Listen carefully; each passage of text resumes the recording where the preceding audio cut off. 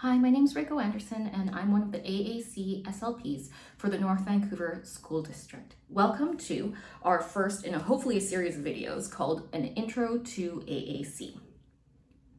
We're hoping that this video, combined with a second video specifically about the system you will be supporting, will provide you with some of the background information that you'll need so that we can be on the same page when we come out to visit you and the students at the schools.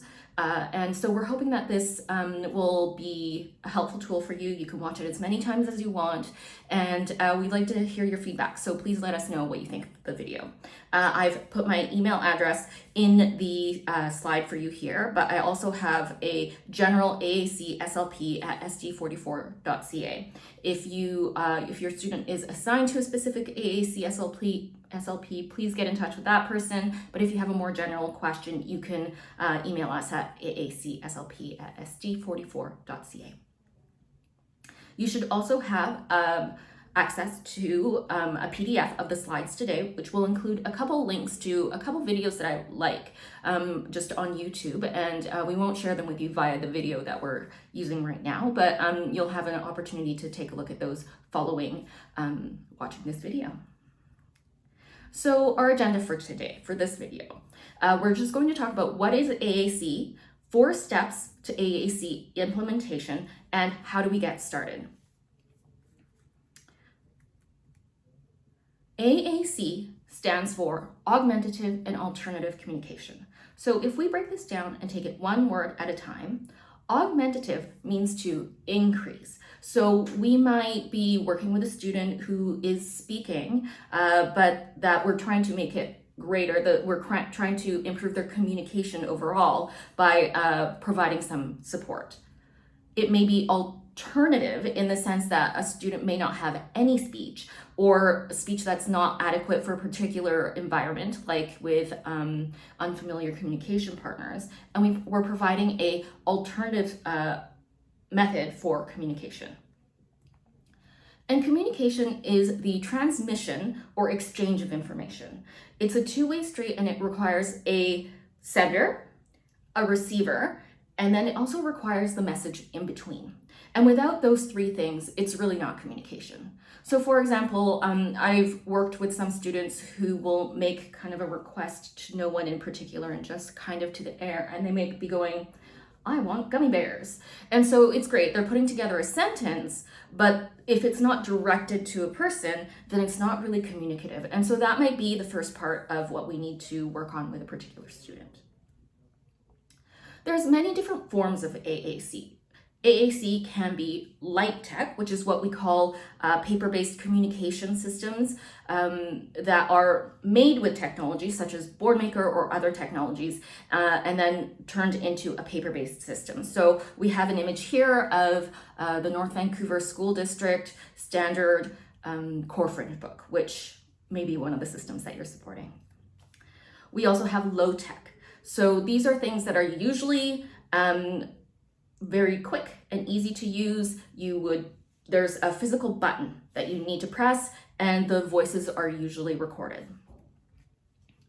And we also have high-tech solutions with some of our students. We have 2 examples here on the PowerPoint slides.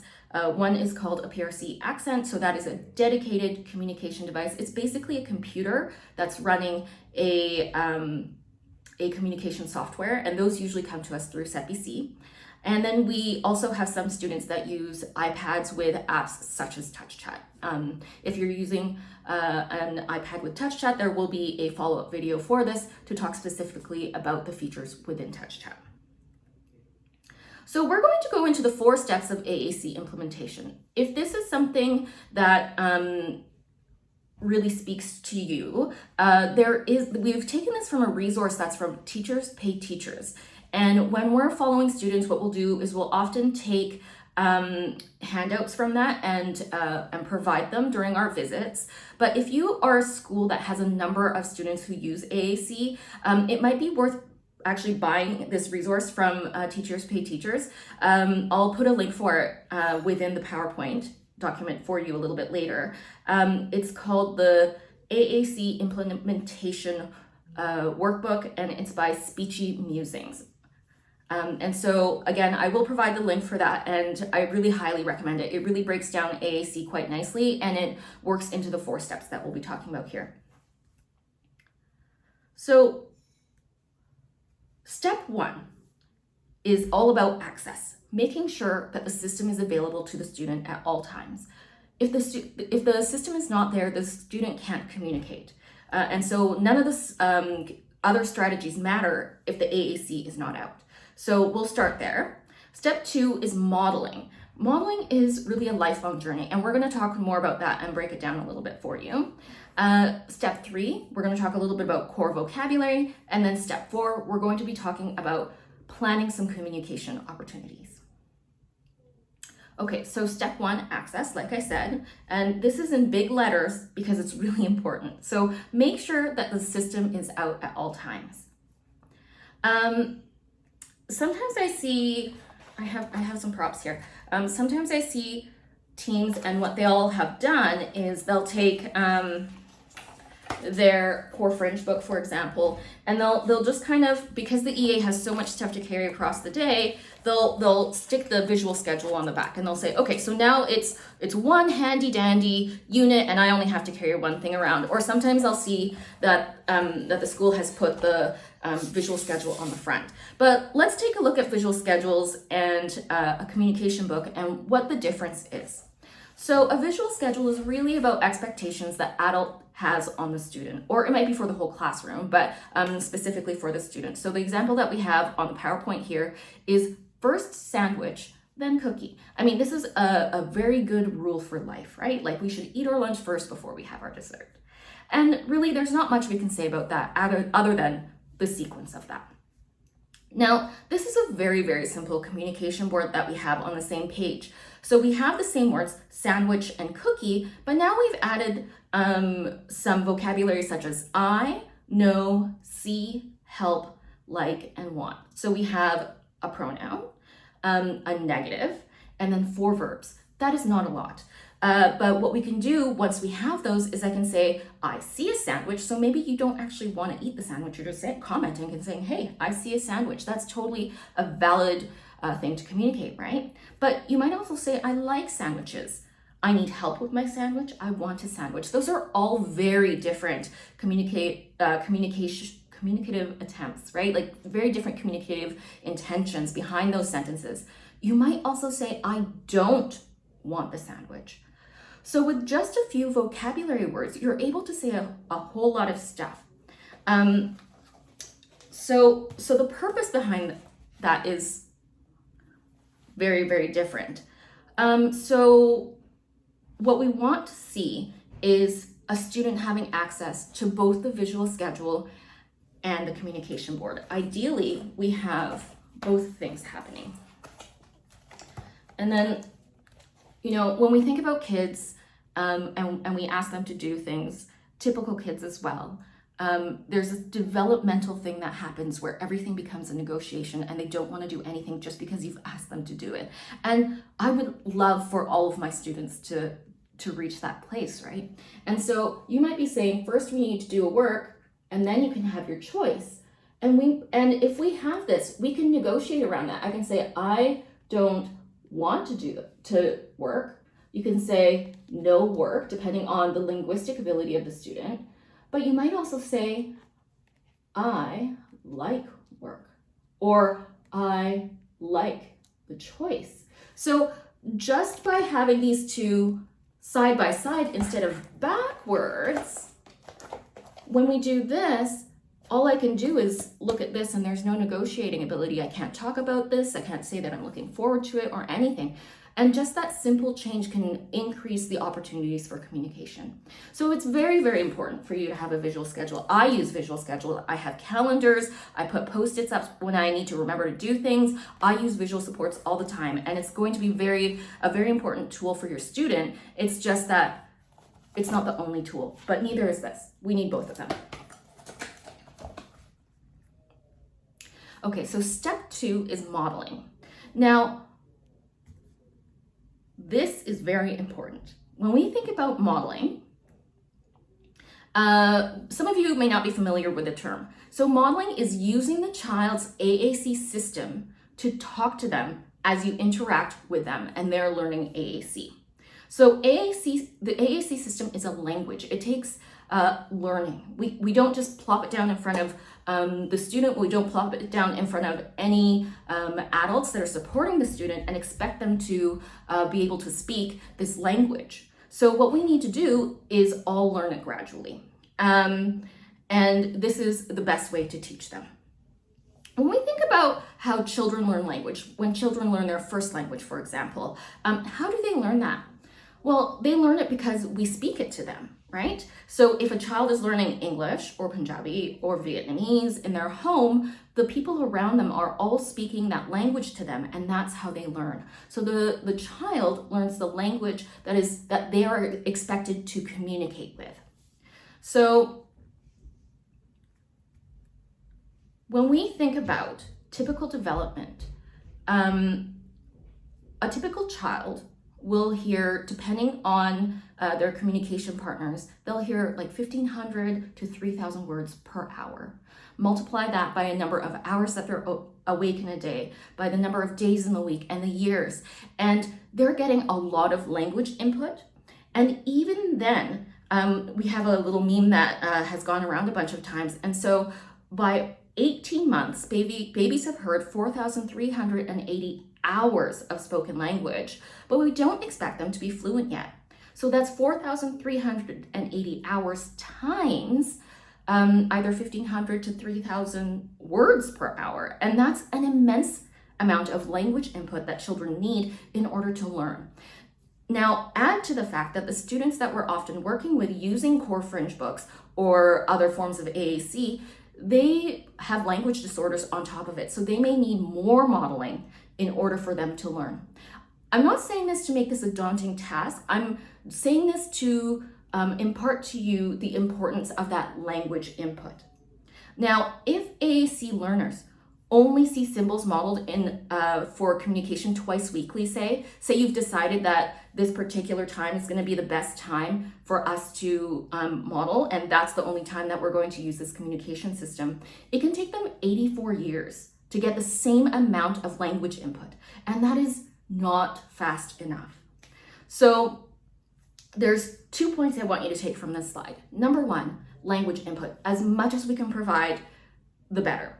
The other is just how long it can take. And so at 18 months, we don't expect a child who's been exposed to that much language to be fluent in that language yet. And sometimes what we see is that we introduce an AAC system, and within a couple of weeks, the team is like, this is just not going fast enough. But it takes a long time.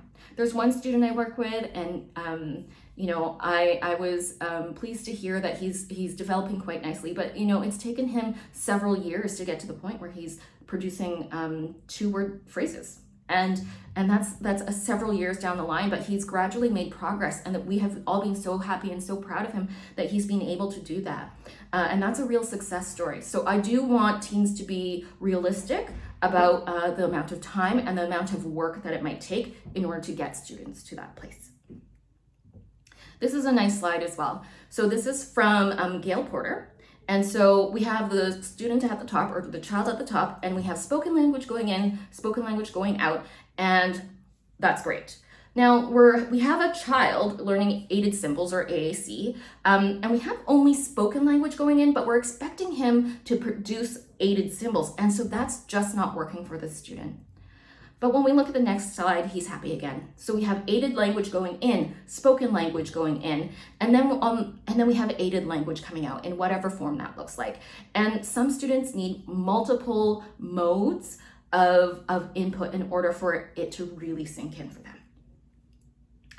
This is a link to a video that I really, really like about aided language stimulation. So please take a look when you have a minute. And so just to break down the modeling. So what do I model?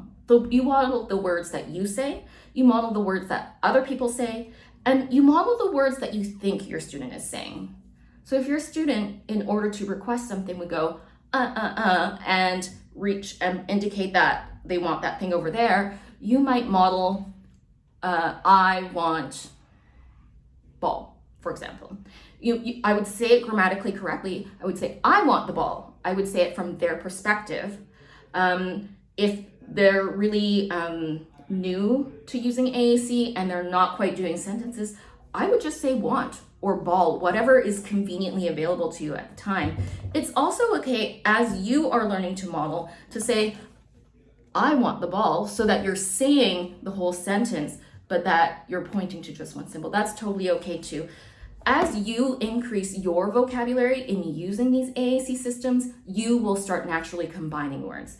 But it's better that you kind of go, I want the ball, and provide the ball, than for you to be going, because at that point now you've already lost your student. They're off doing something else. And so that's something to keep in mind as well. I have a note here about reading. I know that in school we read all the time. Now, if you are working with a student with a small vocabulary, they're new to core fringe books, or that's just where they are, they're just learning the core vocabulary, you might just look at the pictures in the book and talk about the pictures using, a lot of core vocabulary or whatever fringe you do have. But if you have a student who has quite a large vocabulary using their AAC, what I often recommend is you read the words in books. Kindergarten teachers are great resources for this, K1 teachers. Those high frequency words, those sight words that we're learning in those grades, tie in very closely with the vocabulary that's in these AAC systems. And so you can use some of those early readers with a high frequency vocabulary and use them with this. But I would only do that if you have a student that is at the level of combining lots of words. So how do I model? You'll want to talk to your AAC SLP in terms of the target number of words. So if we have a student that the goal is for them to produce single words, we want to be modeling single words. If we have a student that their goal is to start combining words and we want them to produce 2 words at a time, then we might model 2 or 3 words at a time. But we wouldn't model too much higher. So if a student is going for single words, like I wouldn't model, I want to go outside to go on the swing. Like that is just too much language. And I think that we often understand that. But going to 3-word sentences right away, it can be too big of a jump. So if we have a student that's using single words or learning to use single words, just model the single words. We might have a grammatical concept that we're trying to focus on. So we might have a student working on past tense. And so it'll be really important for us to be modeling the past tense. We also might be focusing on pragmatic functions or the whys of communication. When you think about why I communicate on any particular day, I might communicate to greet, I might communicate to request, ask a question, refuse. And if we're working on one of those things, it's important that we're modeling that across the day in all sorts of environments. So if we are, for example, learning how to comment, then it would be important for me to be providing modeling of commenting throughout the day. And so a lot of that is just talking out loud. I have this slide in here about prompt fading. This is important because I just want you guys to remember that we want to prompt the least amount that a student needs. We shouldn't be prompting constantly just to get the student to complete the task, because what that can produce is prompt dependency. Wait. Provide wait time, and that can be sometimes enough of a prompt for the student to act. And that is the best thing that we can do. But sometimes a little bit of a prompt is necessary. You'll want to tease that out with your AAC, SLP, and the rest of your team and the behavior consultant if they're involved. And it's really about promoting independence to do whatever they can independently, as opposed to they can do everything with prompting, because that won't translate well to transitioning to different environments as they grow older. Okay, so step 3 is core vocabulary. This is a very important concept. So just a thought experiment. We do this during our in-person trainings quite often, but we're not in person today. So I just want you to take a minute and look at this and pretend you're ordering a hot dog. So I might order a hot dog with ketchup and mustard and pickles. Somebody else might look at that and go, I want chili and cheese on my hot dog. So when you look at this, it's really important for different people to have different words on their hot dog. Now, I want you to imagine that this hot dog was being ordered at a hockey game, for example, or a soccer game. And now I'm back in my seat with my hot dog in my hand, and this is my only communication board, and I want to talk about the game. And the thought that you should be having right now is, I can't talk about the game with this. It doesn't give me the right vocabulary, and you are totally correct. What we've hit on is that this is something we call fringe vocabulary. So it's specific to the needs of the person using the AAC system. So depending on the person, sea cove might be an important word to one person. Banana might be an important word to another person. Zuma, who is a character from Paw Patrol, might be an important fringe vocabulary word for another person. These words are important for us to get the specificity of what we want. So if I want something with Zuma on it, I want Zuma, nothing else is going to do, right? If I want a banana, nothing else is going to do. And so that will be individual to the individual person using the AAC system. And we can talk that through in terms of what vocabulary is motivating for the communicator to use and what we might put in there. And so I've made pages about princesses, about cooking, about Thomas the Tank Engine, and all sorts of things. And we can really, really customize it in whatever way we need to. But then we found that this vocabulary wasn't generalizable, and we need some more generalizable language. And so there's something we call core vocabulary.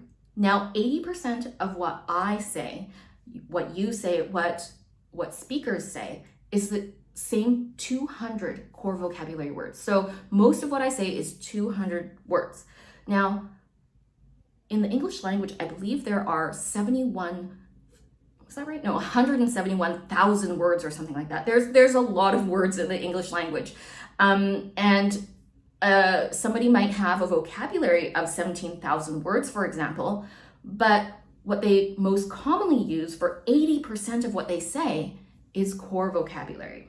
So when we think about vocabulary that's going to be functional, that's going to take us across environments, it's this core vocabulary. And so when we talk about core fringe folks, this is the core and this is the fringe. As you can see, the core includes words like pronouns, verbs, prepositions, question words, and describing words. Those are all really important and all very generalizable. There is a project called Dynamic Learning Maps. If you're interested, Google it, but I've also provided the link in the PowerPoint. What they've done is they've ranked the top 40 core vocabulary words. If a student is just getting going with AAC, what we want to make sure is that we're hitting all of these words as a first thing to work on. Just so you guys know, I don't know if you know this, but often students with language disorders will sort of figure out their preferred words, like a way to request the Zuma or the banana or whatever, what have you. And those are fringe vocabulary words.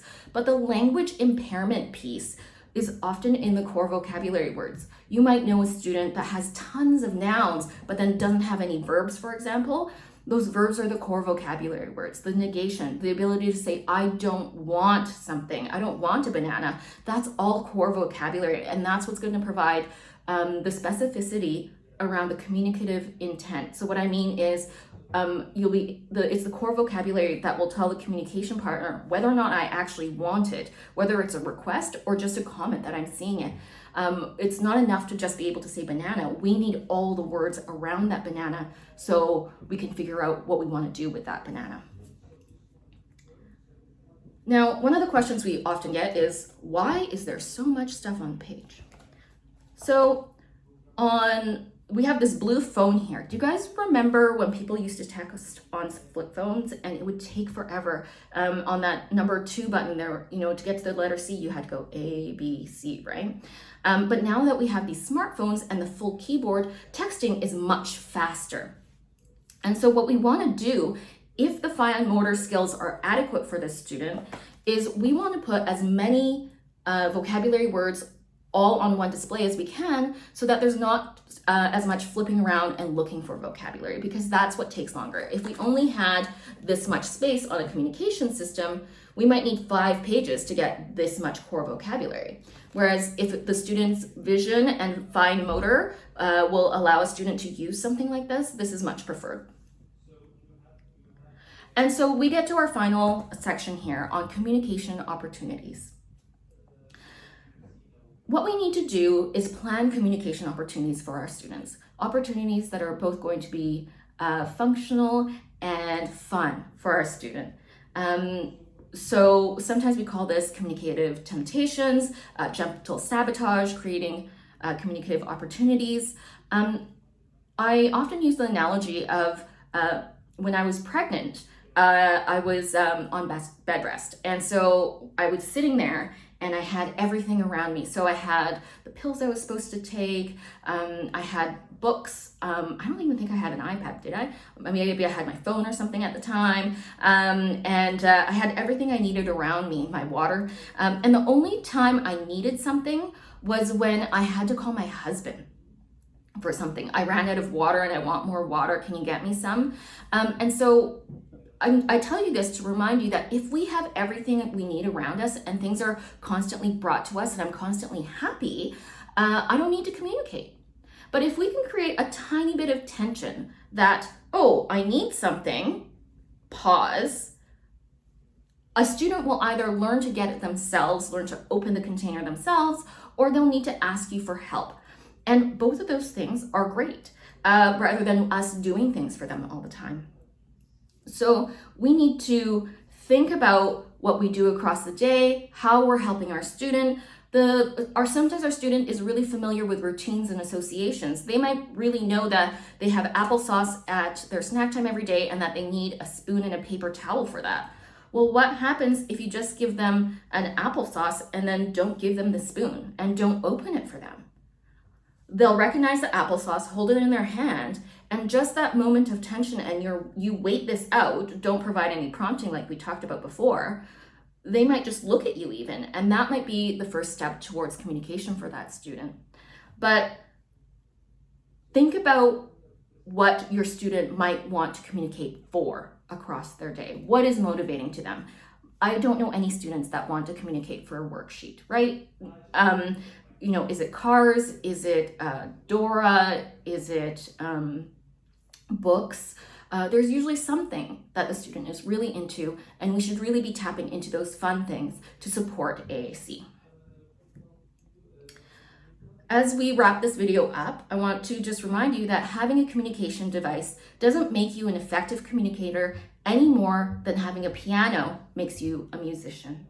And when you think about being a musician and what do we need to get to be a great musician, everybody says the same thing: practice. It's not just about having the tool, it's about practice and practice and practice. I'm also including a sheet on different strategies that you can do. We'll do another more detailed video about communication strategies. But just to highlight, we want to be increasing opportunities across to model the same word across the day. We'll talk about that in a second. Self-talk, so talking out loud about what you're doing. And repetition, repeating words over and over. Oh, and wait time. We talked about wait time. Okay, so how do you get started? There are a lot of words here, right? Whether you're on this type of system or I have a screenshot of Touch Chat with Word Power, that's a lot of words for you to learn. Now, I want to acknowledge that you, EAs, LSTs, classroom teachers, OTs, whoever else is working with the students, parents, you guys are all learners of this AAC system as well. So you need to learn a couple things. You need to learn where the words are and how they go together. And the only thing we can do for you here is to break down the process a little bit more. I wouldn't plop this down in front of you and expect you to model everything all the time, just as I wouldn't expect a student to be able to produce sentences right away. That's just not a fair expectation or realistic. So I'm going to give you a way to break down the process a little bit here. So what I want you to do is to pick a word a week or a word pair a week. When I say word pair, I mean we might, in the same week, work on and off. We might work on go and stop together just because they naturally go together. We might work on he and she together, right? And then if we're talking about go, we may as well talk about stop. And we're going to model that word or word pair across all the different environments, across all the different activities all throughout that week. So at lunchtime, I'm going to be thinking about go and stop. Go and stop, it's natural for a playground, but what would we do during lunch for go and stop? Oh, we can talk about how the containers go in the bag. They go out of the bag. The spoon goes in my mouth. And so we can talk about go and stop across the day. Now, when it comes to the next week, I'm not expecting the student to have learned go and stop during that week. We don't stop talking about go and stop because that week has ended. The next week we add to the repertoire of words that I'm modeling for the student. So last week I was modeling go and stop, and so I'm comfortable with go and stop. This week we're doing in and out. So then I'll be looking for opportunities to model in and out. I might pick specific activities because I know that that having a container with the blocks goes really well with modeling in and out. But I will continue to learn the core vocabulary words bit by bit, and the more core vocabulary words I can model, the more I'm modeling across the day. So this is an example of a calendar that I filled out for a student. So we have the goals on the top left there, and you can go work with your AAC SLP to figure out what exactly the goals are for your student. And then we have, like I said, 2 or 1 word per week. The only time that I would do more than that is if we have a student that's experiencing a lot of language growth and we want to be able to always stay a little bit ahead of them. Also, if a student is coming to you with more language on the AAC system than the adult supporting, then we need to make the adult catch up to the student. So this calendar, even though we have the student's name on it, it's actually all about the people supporting that student getting up to speed with the modeling. And by increasing the modeling, we're hoping to increase the language output. So that's our video. I hope this was helpful to you, and we will have more videos coming your way. Most of our students, not all of them, are using this Core French book or Touch Chat. So what we're going to do is start with videos for supporting those systems. And we'll also provide you with other links to other AAC learning opportunities online. There are so many, and I'm so excited to share them with you. I'm so glad that we're now connected on Teams, and we're able to do this kind of work with you. Please let us know what you think about this video, and we look forward to talking to you soon.